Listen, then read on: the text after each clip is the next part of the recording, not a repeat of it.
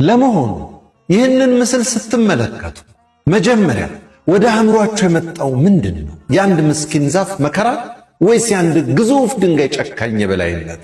እኔ ግን የተለየ ነገር አየሁ። ኑ በሐሳብ ወደዚህ በፀሐይ ወደ ጋለበት ደረቅ የበረሃ ምድር እንጓዝ። እዚህ ምድር ላይ ሕይወት ቀልድ አይደለችም። በቃጠሎና በጥማቱ መካከል መኖር ራሱ ትልቅ ስኬት ነው። በዚህ መሃል ነው ይህች ዛፍ እንደምንም ብቅ ያለችው።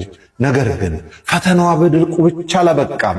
ገና እንደበቀለች አንድ ግዙፍ አሮጌና ከባድ ድንጋይ በላይዋ ላይ ተጫናት። የድንጋዩ ክብደት ሊያደቃት፣ ግንዷን ሰብሮ አፈሩ ላይ ሊደባልቃት ምንም አልቀረውም ነበር። አበቃላት የሚል የፈረደባት ሰው አይጠፋም።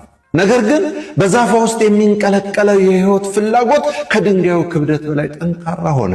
ዛፏ ከድንጋዩ ጋር ግብ አልገጠመችም። ድንጋዩን ለመግፋት አልሞከረችም። ምክንያቱም አቅሟ እንደማይፈቅድ ታውቃለች።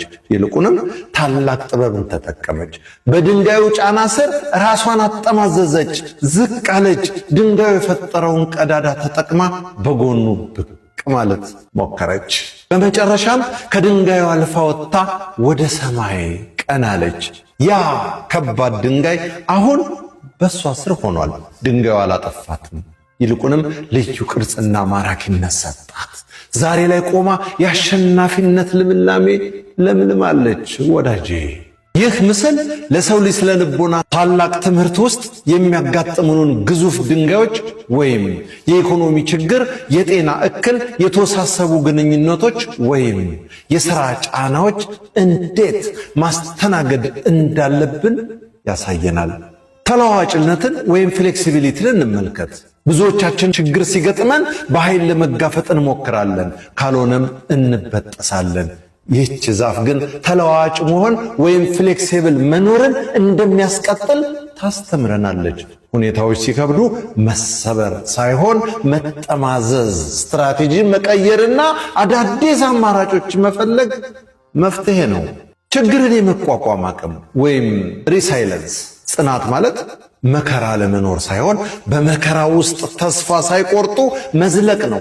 ችግርን የምናይበት መንገድ ወይም ሪፍሬሚንግ ድንጋዩ መጀመሪያ ላይ ገዳይ መሰናክል ነበር። በመጨረሻ ግን ዛፏ በኩራት የምትቆምበት መሰረትና ልዩ መለያዋ ሆነ።